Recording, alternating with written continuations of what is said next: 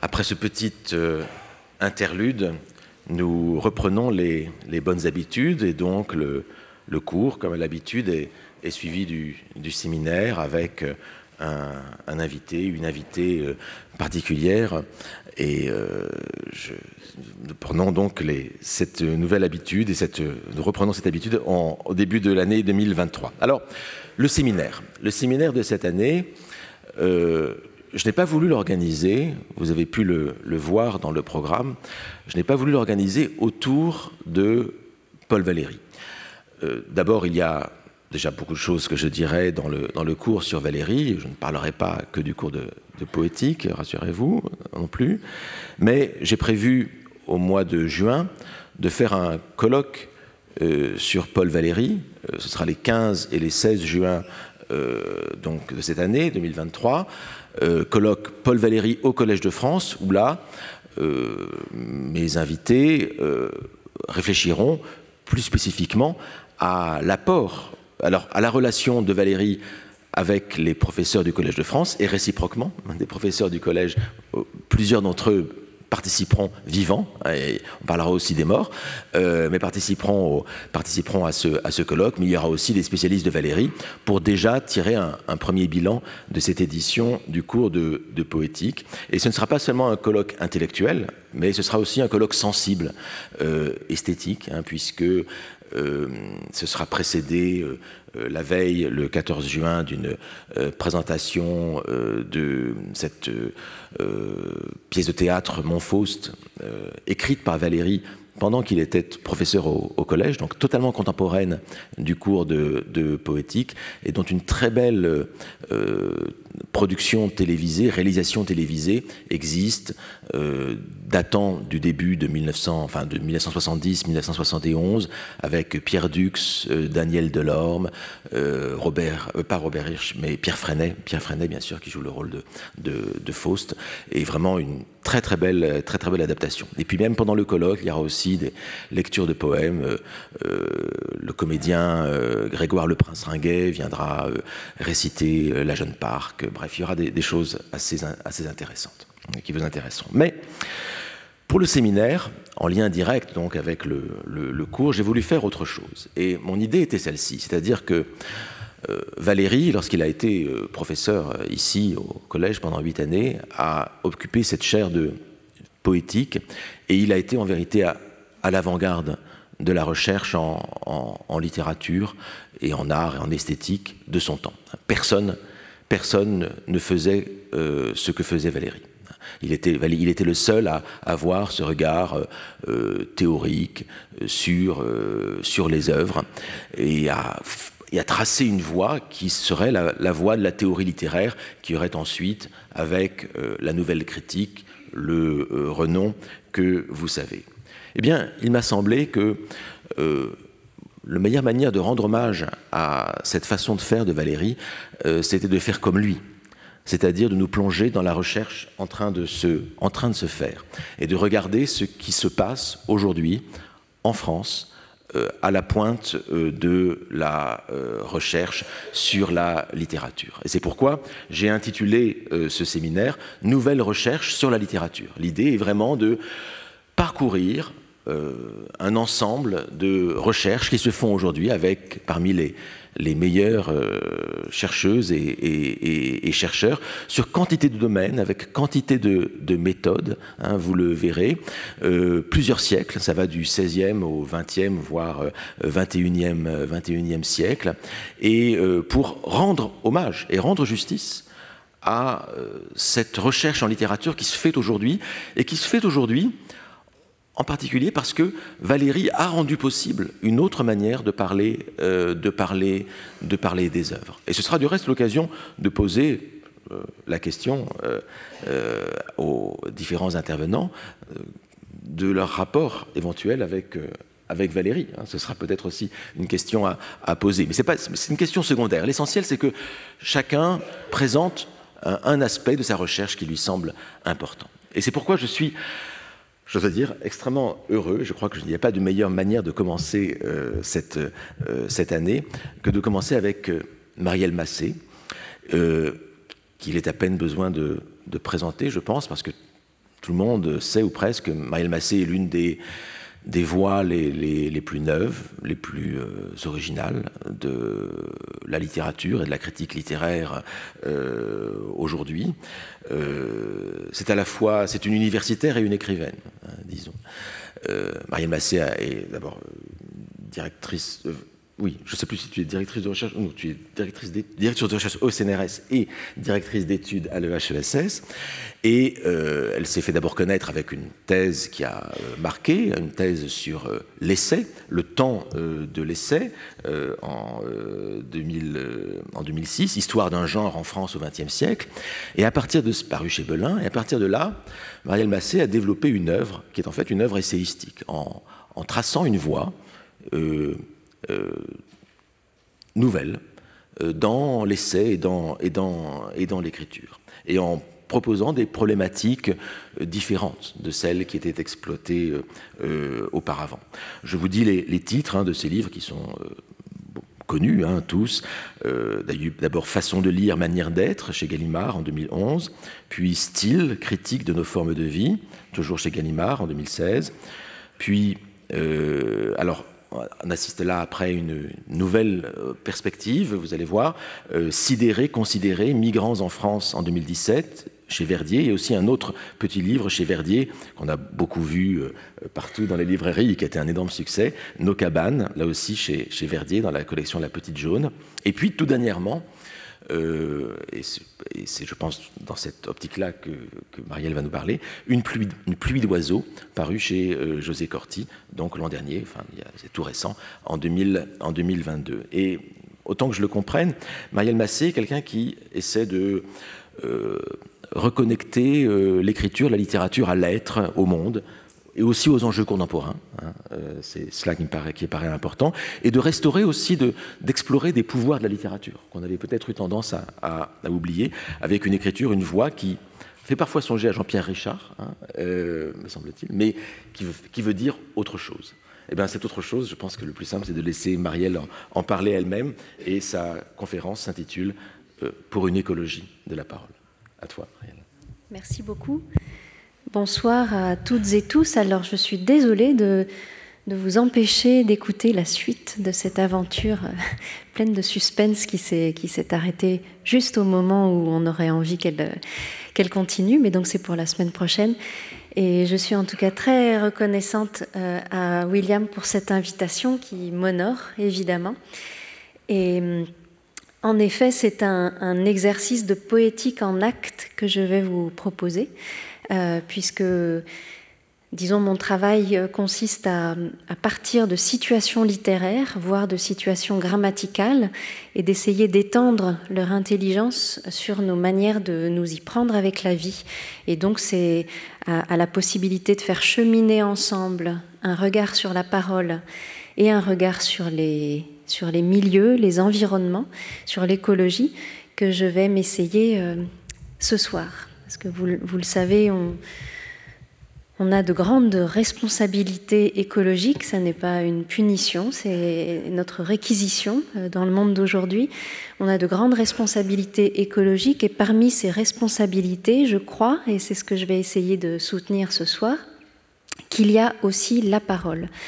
Que la parole fait partie de nos responsabilités à l'égard de l'environnement. D'abord, évidemment, parce qu'il nous faut décrire et faire connaître le désastre environnemental, mais aussi tout ce qui, dans ce désastre, résiste, invente, se maintient, ouvre déjà des brèches vers d'autres situations, mais aussi, et peut-être plus originalement, plus littérairement, parce que la manière dont on parle du monde, la manière dont on se parle dans le monde compte pour l'état de santé de ce monde, pour l'état de santé de nos milieux partagés et de nos relations. La parole, donc, prend activement sa part dans la santé et le soin que nous pouvons prendre aux espaces que nous habitons. Il y a quelque chose, en effet, dans l'exercice de la parole qui peut participer directement de l'état de nos milieux de vie, de leur soutien, de leur maintien, de leur élargissement, mais aussi bien de leur contamination. La parole, notre parole pousse, pleut, coule, éclabousse les paysages. Nos phrases parlent des choses, certes, mais elles parlent moins des choses qu'elles ne s'y répandent, elles aussi, lignes de phrases entrelacées à d'autres lignes de vie, interrompues par d'autres, phrases trempées de réel et s'y déversant en continu, et il se pourrait même que la parole soit l'une des régions les plus polluées de la planète, et que cela exige un véritable réengagement. En tout cas, pour ma part, c'est pour ça que je lis, que j'écris, que j'enseigne. On a pourtant tendance aujourd'hui, et notamment dans le champ de l'anthropologie par exemple, à dire que pour mieux entendre le monde vivant, c'est-à-dire pour mieux entendre les bêtes parler, ou la terre gémir, ou les fleuves et les forêts se défendre, pour mieux les entendre, il faudrait se méfier du langage, s'y prendre autrement qu'avec la parole, se taire un temps et surtout écouter. Qu'il faudrait accuser le langage même, et plus encore l'écriture, coupable d'avoir tranché il y a longtemps dans la grande inséparation du monde, d'avoir tranché dans le monde, d'avoir tranché entre nous, les humains, et les autres habitants du monde, d'avoir tranché à l'intérieur de nous, entre nous et nos propres corps. Je suis convaincue, à l'inverse, que pour entendre le monde vivant faire ses propres phrases, il ne faut pas du tout en rabattre sur la parole, parce qu'il ne suffit pas d'ouvrir en grand ses oreilles, il faut s'y mettre dans la langue, nous aussi. C'est aussi par la parole, par notre parole, que l'on écoute et que l'on répond du monde et de l'état du monde. Et je ne dis pas ça pour dire que tout finit dans la parole ou aboutit à un beau livre, mais que c'est notre parole qui finit dans tout, qui finit toujours quelque part, entre nous, dans l'oreille d'un autre et dans l'espace qui nous sépare et nous conjoint. C'est la parole qui finit dans tout, qui se répand dans les paysages et parmi nous. La parole est du monde, ni plus ni moins. Elle s'en mêle, elle s'y mêle, et elle peut aussi bien l'abîmer un peu plus, ce monde, que s'y composter, en quelque sorte, l'irriguer. On fait quelque chose au paysage, on fait quelque chose de très concret au paysage alentour quand on parle, exactement comme quand on respire, ou que l'on accomplit ses mouvements ou ses actions. On met ses phrases dans le monde, comme on y met son souffle, son corps, ses gestes ou même ses déchets. Et donc il faudrait que parler ne participe pas d'une pollution de plus, d'une souillure du monde, d'une insulte, d'un déshonneur, d'une négligence de plus. Ce qui ne signifie pas, je le précise et on pourra peut-être en parler, que la langue soit malade ou que nous souffrions d'une maladie de langage, mais plus simplement, plus joyeusement peut-être, que la parole peut être une forme d'écologie, de santé, un soin de soi et du monde, si on s'en donne la peine. Alors je vais cheminer parmi quelques lectures très récentes de poètes d'aujourd'hui pour essayer de vous donner un aperçu plus concret, plus littéraire aussi de ces propositions. C'est surtout une invitation à vous, une invitation faite à ce que vous alliez les lire si vous ne les connaissez pas encore. Ce sont autant de bonheur, de découvertes potentielles.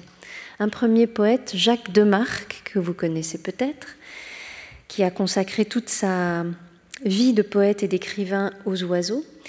Jacques Demarque se propose ainsi dans un drôle de recueil intitulé « La vie volatile », quel beau titre, hein, « La vie volatile », pour parler de ces existences d'oiseaux, mais aussi de leur manière de traverser le monde vivant. Il se propose donc dans « La vie volatile », je cite, « d'écrire avec les oiseaux à l'oreille, en vue à l'esprit ». D'écrire avec les oiseaux à l'oreille, en vue à l'esprit.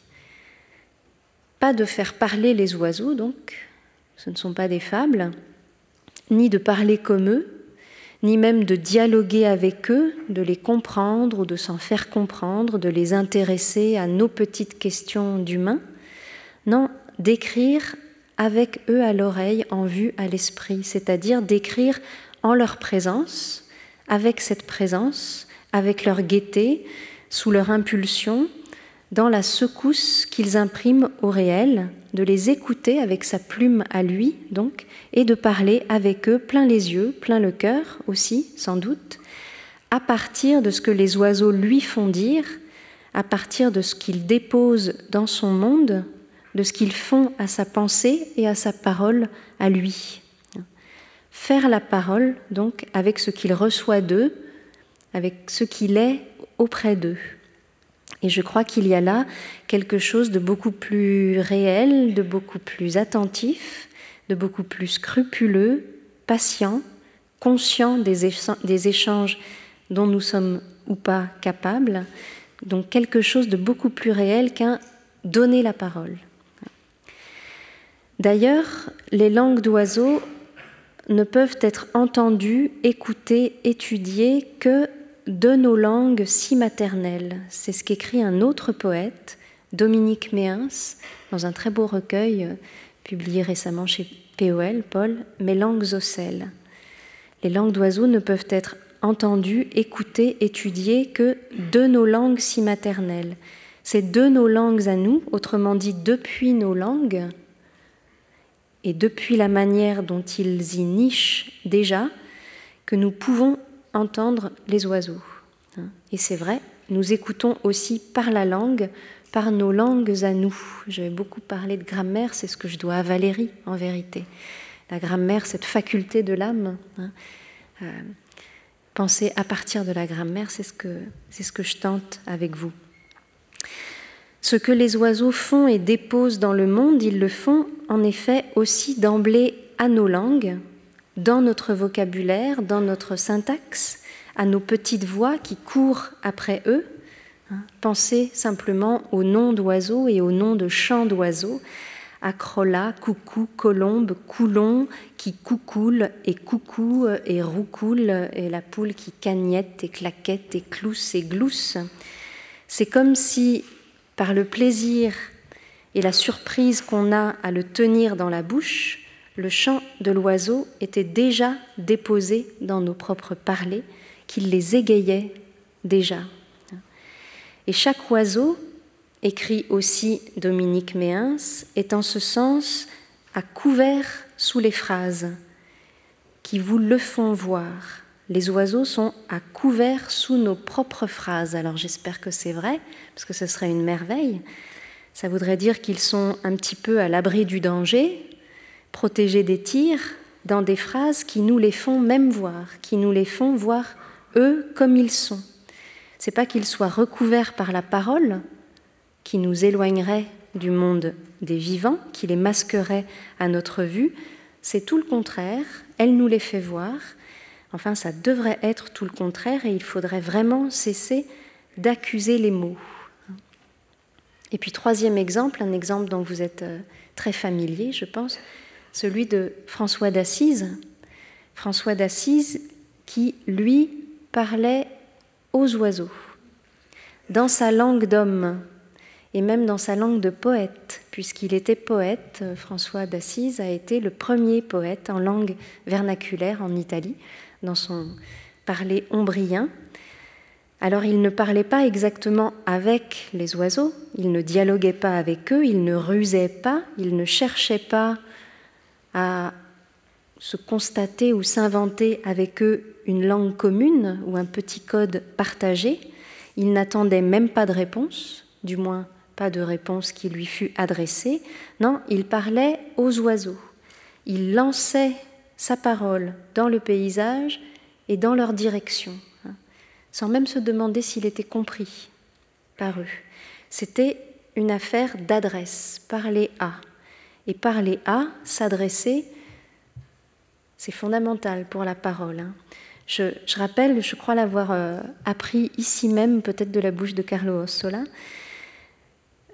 je rappelle que lorsque Dante cherchait à définir le cœur de l'activité de parole, Il considérait, en tout cas il proposait que l'on considère que le premier être parlant n'a pas été Adam, mais Ève. Alors que ça vous fasse plaisir, mesdames, ce n'est pas Adam qui le premier a parlé, c'est Ève.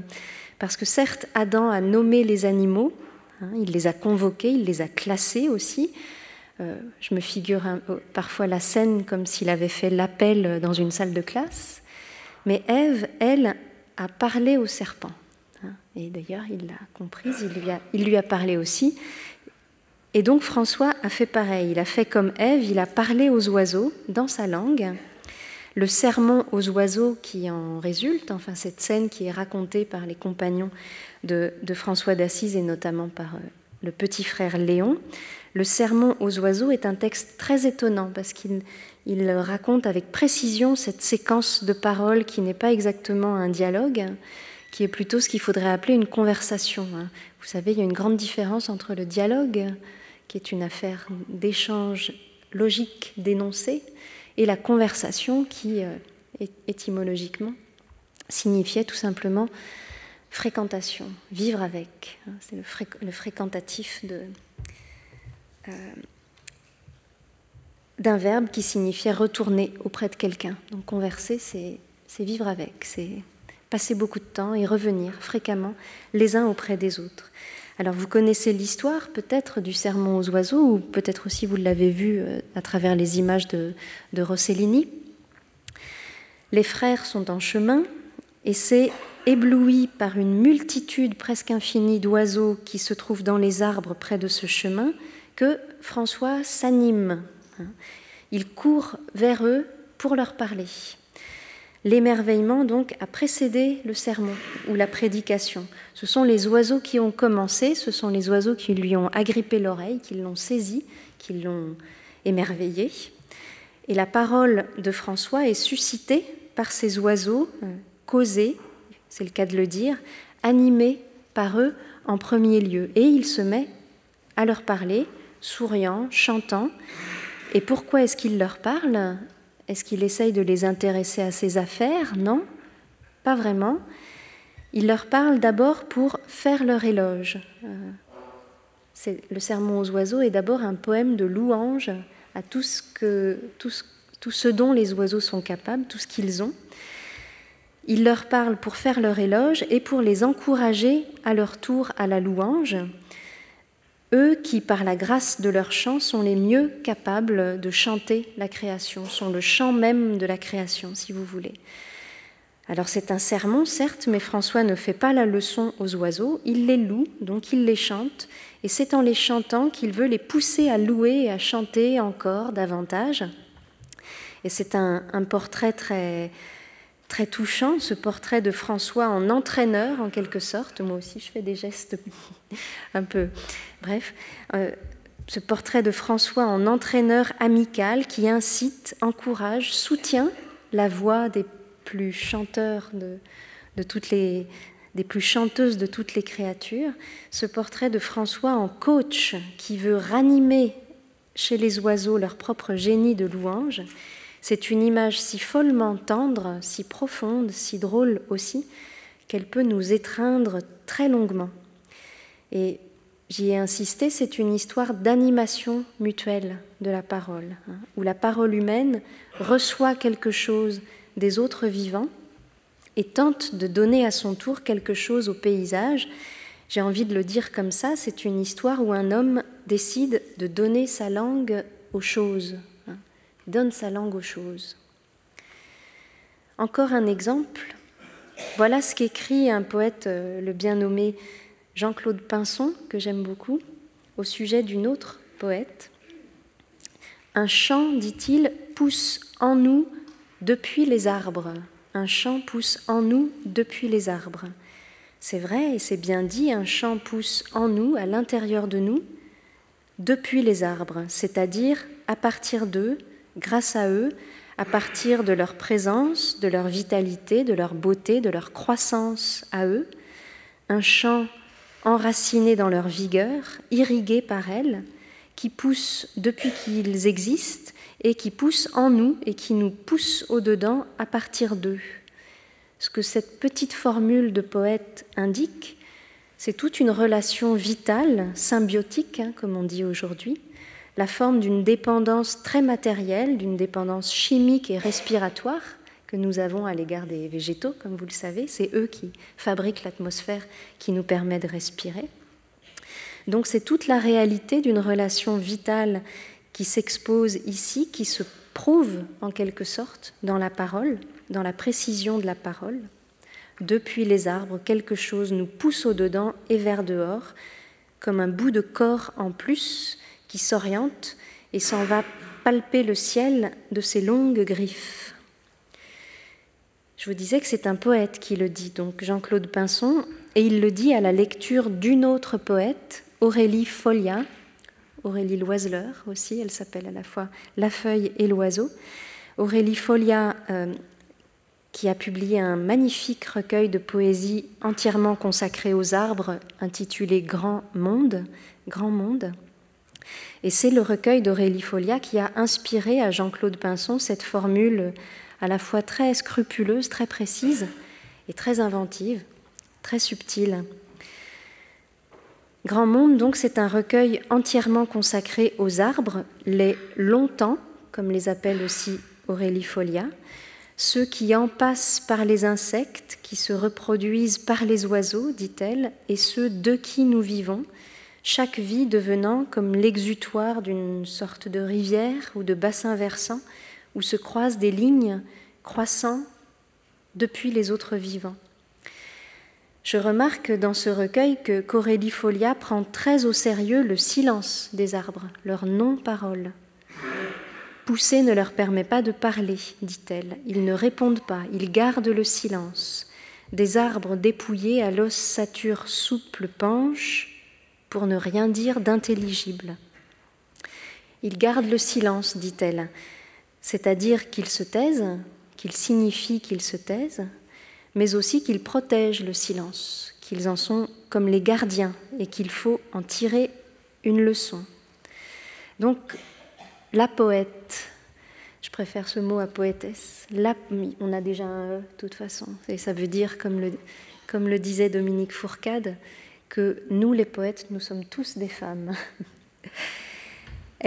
Donc la poète prend très au sérieux le silence des arbres, leur non-parole, leur véritable geste de silence, et pourtant elle prend aussi très au sérieux le chant qui leur pousse dedans, le chant et la pensée qu'ils sont, je cite, « Dessous, tête baissée, nous pousse de travers le vieux chant navré d'être en terre, jusqu'à ce que ce corps casse. » Alors elle dit « nous », ici « nous les arbres », mais elle retient aussi ce « nous ».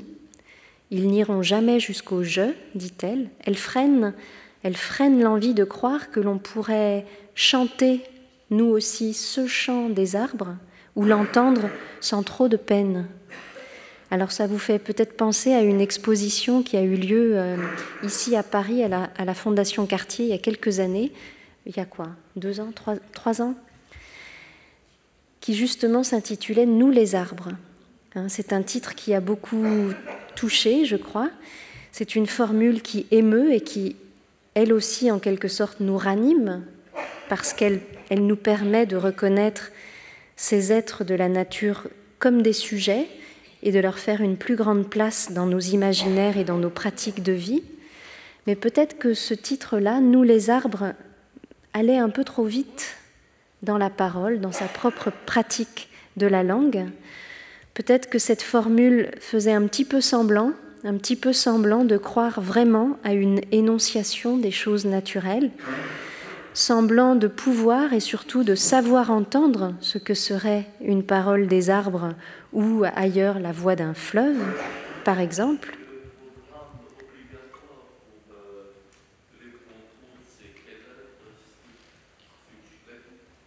Le programme obligatoire pour les concours, c'est quelle œuvre ? Je ne sais pas, monsieur, quelle question vous me posez. On pourra peut-être en parler un petit peu après, puisque là, il n'est pas tout à fait question des concours. Donc j'étais en train de parler de cette exposition et de la beauté de ce titre qui, en même temps, en disait peut-être un petit peu trop. Alors je ne veux pas dire par là, pas du tout que nous, les humains, serions les seuls à parler, ou les uniques détenteurs d'un privilège du sens, mais que pour entendre la nature parler, ou penser, ou gémir, il faut sans doute une conception de la langue qui ne soit pas trop rudimentaire, et il nous faut nous-mêmes pratiquer la parole, notre parole, d'une manière qui fasse preuve de beaucoup plus de tact et qui résiste aux formulations un peu hâtives. On pourrait dire que nous, les arbres, on ne dit peut-être pas exactement ce qu'il faut à notre propos quand on dit que nous sommes des sujets, exactement comme vous, avec leur personnalité, leur volonté, leurs souvenirs, que nous communiquons, que nous pourrions vous parler, vous dire qui nous sommes. Non, et ce n'est même pas que nous chantions, c'est, et je reprends la formule de Jean-Claude Pinson, qu'un certain chant, un chant plein d'ancienneté, nous pousse dessous, dedans, de travers, nous soulève, nous élève tête baissée, un chant qu'on ne sait pas si vite entendre. Et donc pour les poètes, il ne s'agit pas de croire devenir arbre ou devenir oiseau, mais se laisser venir à l'intérieur un morceau de chant qui vienne d'eux, de faire patiemment place à ce chant qui pousse à l'intérieur, un chant compost en quelque sorte, qui doit tout au paysage dont il provient. C'est moins souverain que de devenir arbre ou de parler pour eux, c'est plus partageur, c'est plus tragique, c'est plus syntaxique, mais c'est plus réel sans doute, et c'est sans doute plus juste. On pourrait dire qu'il y a un même scrupule ou une même écoute, un même mouvement depuis les arbres chez un artiste, un sculpteur que vous connaissez sans doute, Giuseppe Pennone. Vous savez, c'est quelqu'un qui, par exemple, sculpte à partir d'un tronc d'arbre en retrouvant, à force d'ôter de la matière à ce tronc, les nœuds même d'où poussent les branches, ou qui a produit cette œuvre, enfin, dont il a fait plusieurs versions, qui s'intitule « Être fleuve », qui consiste en 2 volumes de granit, une pierre ramassée sur la rive d'un fleuve, enfin en contrebas d'une montagne, et une autre, presque la même, qu'il a sculptée pour faire lui-même le fleuve sur la pierre, pour refaire, si on veut, le travail de la nature. Donc il y aurait un semblable depuis les arbres ou selon le fleuve, dans la façon dont Giuseppe Pennone fait jouer dans ses œuvres plastiques la vie végétale et ses propres puissances de lignage ou de frayage. Pennone qui sculpte donc en suivant les lignes de croissance ou de brisure d'un tronc, en mettant ses pas dans les pas de la sève, ou qui modèle et polit un rocher comme l'avait fait le fleuve. D'ailleurs, ils en savent tant, les arbres, et ils font tant de choses, et de si grandes choses, si essentielles à nos propres vies. La philosophie, qui s'intéresse aujourd'hui beaucoup à la vie végétale, rappelle, je le disais déjà tout à l'heure, que ce sont les plantes qui ont fait le monde, en tout cas le monde tel qu'il nous est habitable et respirable. Ce sont les plantes qui sont les véritables auteurs, les véritables dieux ou jardiniers de la planète, parce que certes, les hommes ont façonné la terre, le sol et le globe, mais avant eux, ce sont les plantes qui furent jardinières et qui continuent de l'être, premières architectes des paysages que nous formons avec elles. En poème aussi, les arbres font beaucoup de choses. Ils font la pluie, par exemple, ruisselant d'eux-mêmes. Ils font et ils nous fabriquent. Ils fabriquent notre nourriture, notre atmosphère. Ils nous font respirer. Ils nous tiennent en vie. Je cite à nouveau Aurélie Follia à propos des arbres. Ils nous ont élevés, nourrissons de feuilles. Ils nous ont élevés, nourrissons de feuilles. Nous sommes les rejetons, donc, de ces arbres qui nous nourrissent, de toute cette vie des plantes qui, à la lettre, nous fait être, fabrique chimiquement l'oxygène qui nous tient en vie et nous permet de vivre de notre souffle, nous les nourrissons de ces adultes-là. Et puis un dernier vers, cet arbre se tient tellement là, harcelé par le vent, qu'il me sert, sans s'en douter, de colonne vertébrale. Cet arbre se tient tellement là, harcelé par le vent, qu'il me sert, sans s'en douter, de colonne vertébrale. Vous avez compris qu'elle coupe le vert au vert, à la couleur vert, au milieu de la colonne vertébrale. Donc c'est le vert qui lui tient lieu de verticalité, de colonne. C'est le vert dans sa propre tenue qui fait tenir ce corps et fait tenir ce poème un petit peu disloqué, comme il fait tenir le monde vivant que l'arbre tient à bout de branches. Mais c'est un vert vulnérable, coupé en deux. Et je vais y venir, si la syntaxe est, comme je le crois, une pratique des liens et des déliaisons, le vers l'apporte à la puissance 2, coupe, enjambement par-dessus les ruptures, extension d'une ligne, invention de scènes d'attachement, création de nouvelles relations, de nouveaux trajets entre les choses, dans la pensée et dans la sensibilité. Donc cette poète-là, elle tient aux arbres, ça veut dire que les arbres lui importent, alors ça la tient. Et plus loin, elle écrit aussi, par exemple, « Mes arbres se branchent les uns aux hommes. Mes arbres se branchent les uns aux hommes. » Tenir, j'insiste sur ce verbe-là, parce que c'est une question d'attachement, en effet, mais plus que ça, c'est une question d'entretien réciproque, parce qu'il ne s'agit pas seulement d'être liés, mais de tenir les uns par les autres, c'est ça, un écosystème, de tenir les uns par les autres, d'être tenu par tout ce à quoi l'on tient, de ne tenir que par ça, et pour ce qui nous concerne, nous, si déliés de nos milieux de vie parfois, de réapprendre à y tenir. Un dernier exemple poétique de Ludovic Janvier, qui était un magnifique poète franco-haïtien qui est mort il y a quelques années, dans un recueil qui s'intitulait « Des rivières plein la voie ». Voici ce qu'écrit Ludovic Janvier.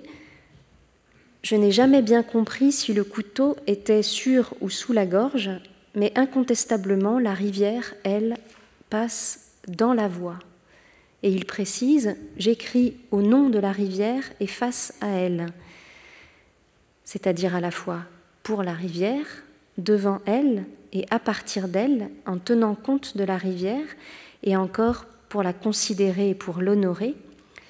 Chaque parleur, dit-il, comme chaque pays, parle et pense à partir d'une eau.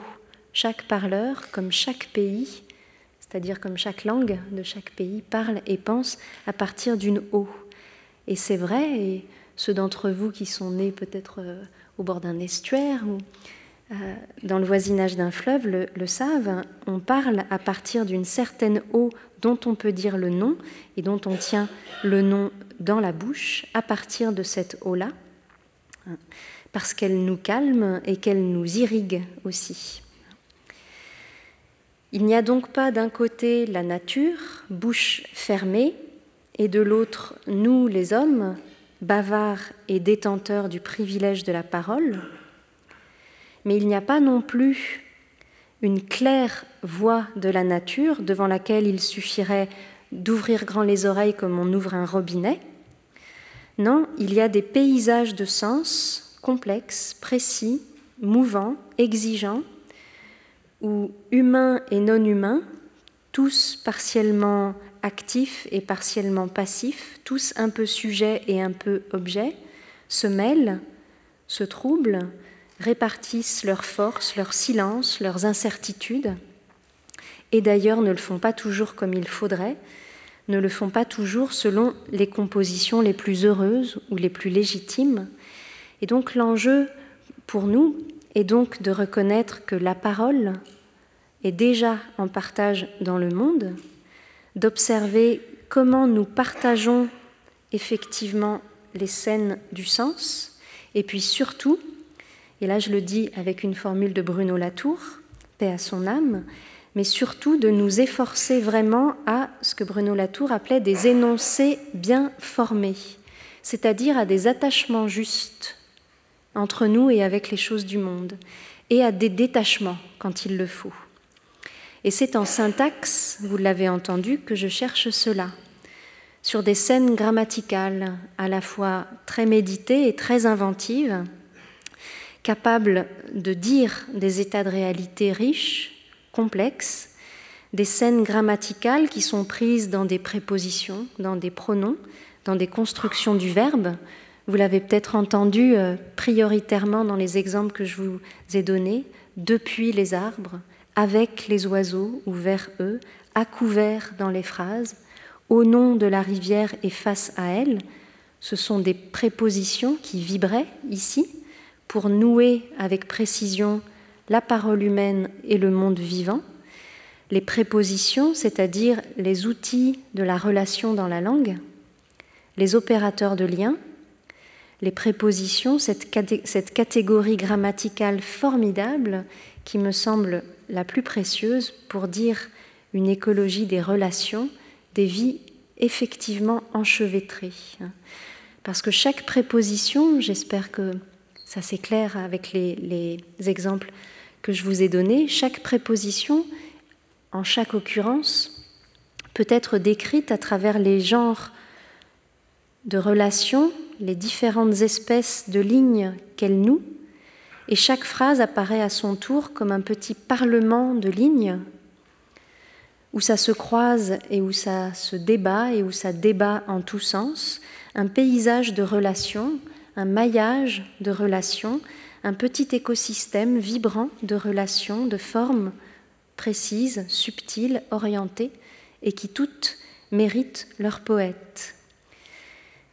Et la loyauté d'une phrase à l'égard du réel, elle se mesurera à son effort pour bien former ses relations, pour bien former ses attachements, où il ne s'agira donc pas forcément de décider de la bonne préposition, du bon lien, comme s'il n'y en avait qu'un et qu'on le connaisse, mais parfois d'en essayer plusieurs, de les faire tourner, de les contester l'un par l'autre, d'essayer des attachements et de les juger.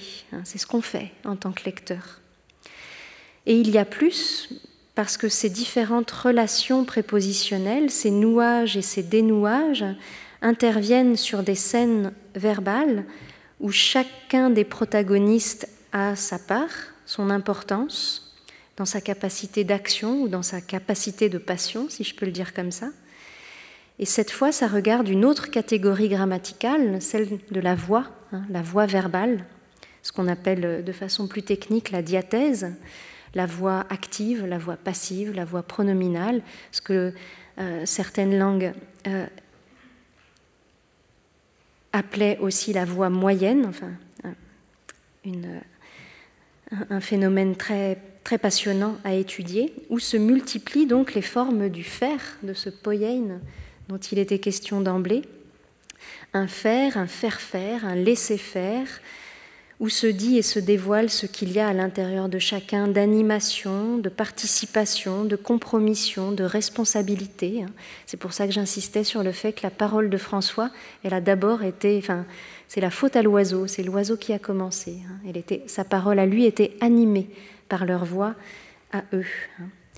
Où l'on peut réfléchir donc à ce que des fleuves ou des sols ou des bêtes ou des morts font, nous font faire, nous laissent faire, nous permettent de faire. Alors pourquoi est-ce que j'insiste à ce point sur l'importance de la syntaxe ? Parce que je crois à sa dimension foncièrement écologique. La syntaxe m'apparaît dans notre langue comme le plan des interdépendances, des relations, des rapports de force. C'est une pensée et une pratique des liens. C'est la syntaxe qui définit des paysages de connexion, de liens bien ou mal établis. C'est elle qui fait de toute phrase un petit paysage, peuplé de vivants qui interagissent, qui se mêlent, qui se nécessitent. C'est dans le travail grammatical de la phrase que s'affirment les dépendances ontologiques et que la parole témoigne du fait que ma vie, votre vie, n'importe quelle vie, est aussi en dehors de moi, que je vis de la vie des autres et avec, par, auprès, sans, parmi les vies des autres, qui vivent aussi de la mienne et de ma mort, etc., etc. Alors la linguistique, elle les pense, ces attachements verbaux, mais la poésie les ranime, elle les reprend, elle les vrille, elle en institue de nouveaux, elle les invente. Elle essaye d'en trouver de plus actuels et de plus justes. Ici, et je retrouve une formule d'Yves Bonnefoy qui avait été rappelée par Patrick Boucheron dans l'une de ses toutes premières leçons. Ici, le poème donne une leçon d'exactitude, pas seulement de sensibilité ou de beauté ou d'inventivité, non, une leçon d'exactitude, c'est-à-dire de précision dans l'écriture des choses complexes, dans l'écriture des choses mêlées, reliées, interdépendantes. En poésie, on se demande, sans répit, ce que cela fait, nos vies intersectées à toutes ces autres vies, nos vies avec, par, pour et parmi les autres. Et je conclus peut-être qu'il s'agit au fond d'habiter par la langue ce que l'on appelle aujourd'hui dans les sciences de la Terre la zone critique. Vous savez, la zone critique, c'est cette mince peau du globe, quelques kilomètres au-dessus, l'atmosphère respirable, quelques kilomètres en dessous, là où ont lieu les réactions géochimiques qui maintiennent la vie et l'habitabilité de la Terre, là où l'on cache nos trésors ou nos déchets, là où on enterre nos morts ou nos secrets. Donc il faudrait essayer d'habiter jusque par la langue ce que l'on appelle la zone critique, là où nous cultivons, moissonnons, creusons, extrayons ou pillons, là donc où il nous faut exercer aussi nos responsabilités de vivants parlants, à la fois très fragiles et très compromis. Et en disant zone, ce sera mon dernier mot, j'aimerais bien entendre ce mot dans tout le trouble et toute l'ampleur et toute la générosité de son sémantisme actuel, celui qui exclut en fait tout zonage des existences, tout containment durable, comme on l'a dit pendant la pandémie, zone humide, zone poreuse et bien sûr zone à défendre, une écologie de la parole à mes yeux. J'ai essayé de vous l'expliquer, ce serait ça, ce serait l'habitation en langue de toute la zone critique du vivre et la conviction que c'est vraiment notre milieu commun, un milieu à défendre très très urgemment. Et c'est ce que font les spécialistes de littérature, n'est-ce pas, William? Merci.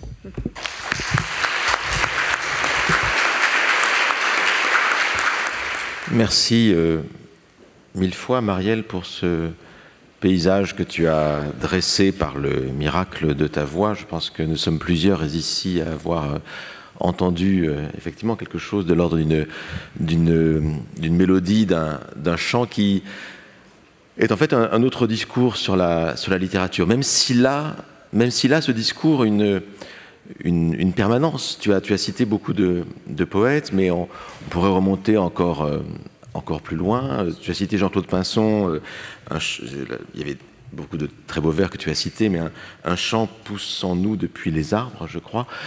Et je pensais à ce vers de Rilke au début des Sonnets d'Orphée, l'arbre qui pousse dans le champ. Et je me demandais si c'était la même chose.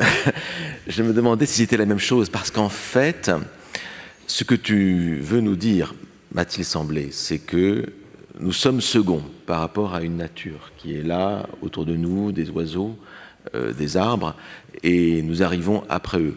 Pour Rilke, il y avait l'idée que l'arbre poussait dans le champ, c'est-à-dire que le champ faisait créer l'illusion d'un arbre. Et il me semble que ce que tu proposes, et c'est ça qui est très intéressant, et c'est pour ça que je t'ai invité, c'est aussi une réponse à tout un courant de la recherche en art, en littérature, que Valéry a beaucoup à représenter. Il dit dans le cours de poétique, je crois que c'était en 1945,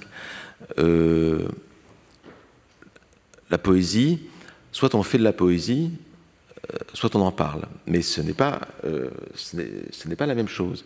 Et Valéry n'a cessé de dire, voilà, il y a deux manières d'être en rapport avec la poésie, parce que la poésie, c'est d'abord un effet formel. Or, il me semble que ton travail est justement une manière de remettre en cause cette idée formaliste. C'est-à-dire que, bien sûr, tu fais appel à cette question de la syntaxe, de la grammaire, de la forme, mais en même temps, derrière, je crois qu'il y a quelque chose qui est plutôt de l'ordre d'une recréation d'un lien, alors, mystique, écologique, je ne sais pas, de la parole avec l'existant.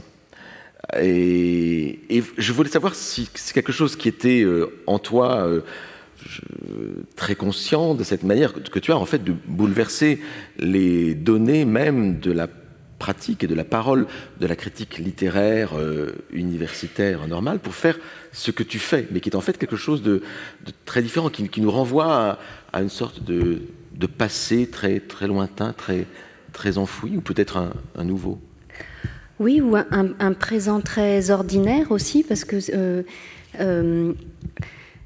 disons, moi je dirais avec simplicité que parler fait partie de vivre, de même que respirer, et que ce que j'ai cherché là, c'est à montrer comment il en va dans la parole aussi, de façon de se tenir dans le monde.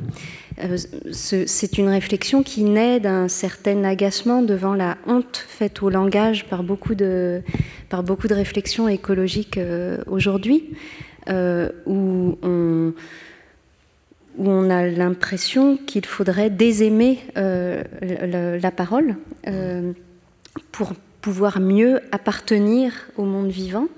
Je crois tout à fait à l'inverse, et avec beaucoup de simplicité, on peut considérer la parole comme un aspect de la vie. Et c'est disons pour moi, la manière dont je m'y prends avec la littérature et avec la parole, je pourrais dire que je la dois au dernier cours de Barthes, qui justement... vous savez, vous vous souvenez des derniers cours de Barthes qui étaient consacrés à des questions, on pourrait dire des questions d'existence ou de politique. Comment vivre ensemble, c'est le titre du premier cours de sémiologie que Barthes avait fait au Collège de France. Alors, on peut vraiment se demander en quoi est-ce qu'une réflexion armée par la littérature et par la théorie linguistique va aider à répondre à cette affaire du comment vivre ensemble. Et le parcours du cours de Barthes était passionnant puisque c'est à travers la réflexion sur une notion esthétique, le rythme, qu'il en venait à proposer des réponses à cette idée de la vie commune. Et j'ai le sentiment d'hériter de ça, c'est-à-dire de m'ébattre parmi les textes, de vivre parmi les textes, et de tenir les concepts de la théorie littéraire ou de la pensée de la langue pour des outils pour penser les formes de la vie. Et donc c'est pour ça que j'ai tellement insisté sur quelques points de la syntaxe, mais il pourrait y en avoir beaucoup, beaucoup plus. Mais l'enjeu, c'est vraiment de rapatrier l'étude de la littérature dans une plus vaste étude des formes de l'existence. Et alors, évidemment, j'ai poussé les choses un peu à leur limite, là, aujourd'hui, en parlant arbres, oiseaux, rivières, etc. Mais il s'agissait de faire entendre quelques textes où, de toute évidence, la parole humaine est fabriquée dans sa plus grande sophistication, dans ce qui devrait être son isolement majeur par rapport au monde ambiant. Elle est fabriquée au contraire dans un mêlement constant avec le paysage alentour. Et donc c'est pour inscrire la syntaxe jusque dans le monde vivant que j'essaye de faire ça. Et Rilke, bien sûr, ouais. Chez Rilke, moi, ce sont les textes sur la respiration qui m'ont le plus nourri dans cette réflexion-là, puisqu'il a une parole autour du souffle qui existe exactement dans ces parages-là. Et comme tout à l'heure tu suggérais de dire au moins un petit mot de ce que l'on peut, chacun dans sa manière de s'y prendre, hériter de Valéry. Là, j'en ai parlé très peu, mais donc je m'intéresse beaucoup à cette question des voix verbales. Est-ce qu'être un sujet à la voix active, c'est forcément être très agissant, animé, etc. Qu'est-ce qu'il y a en nous d'actif, de passif, de moyen, de réflexif, etc. Et c'est une petite remarque de Valéry sur la construction réflexive dans la langue qui m'a encouragée à ça. Quelque part, il écrit à propos des verbes pronominaux: de même que nous avons le pouce opposable, nous avons l'âme opposable. Nous avons l'âme opposable. Et il appartient à notre manière de penser d'imprimer ce pli autour de nous-mêmes que formule la construction pronominale ou la construction réfléchie en français, et qui, dans d'autres langues, notamment en grec ancien, reposait sur la voix moyenne, sur une autre répartition de ce qu'il y a d'actif et de passif à l'intérieur de chaque personne. Donc voilà le type de confiance faite à la langue pour dire la vie qui me passionne. Merci, tu le dis fort bien. Et quand Valéry dit, c'est magnifique, tu le fais bien de le rappeler, l'âme est opposable, en fait, il pense au langage, justement. Oui. C'est ça. Et en fait, c'est ce qu'il explore dans, je crois, sa 4e année du cours. C'est le langage intérieur. C'est le langage qui permet à chacun de se replier sur lui-même et de se regarder, de s'observer. C'est le langage que nous avons en chacun de nous. Et c'est l'objet du cours de sa 4e année. Et je trouve que tu apportes là, effectivement, une autre façon de poser ces problèmes avec une voix à toi qui, je pense qu'ici, nous avons tous su apprécier ces délinéaments, cette souplesse, ce sens de la nuance qui rend hommage à la littérature et à la poésie, et qui devient pour nous un peu, j'ai l'impression, une politique, une éthique. On n'a pas le temps d'insister là-dessus, mais tu en as plus ou moins parlé. Il y a quand même une dimension de proposition, en disant la parole est l'une des régions les plus polluées de la planète. Ça veut dire qu'il faut un peu nettoyer. Valéry parle du nettoyage de la situation. Oui, ça j'y crois profondément. Voilà, parole et pollution. Il y a des manières de parler, c'est-à-dire aussi de s'adresser les uns aux autres et de parler du monde qui abîme encore un peu plus le monde. On le voit d'évidence dans la parole politique, mais entre nous aussi. Nous ne sommes pas indemnes de ces mauvais soins. En tout cas, je peux reprendre, je crois, un autre thème de Valéry. Je crois que nous sommes sous le charme. Merci, Marielle. Merci.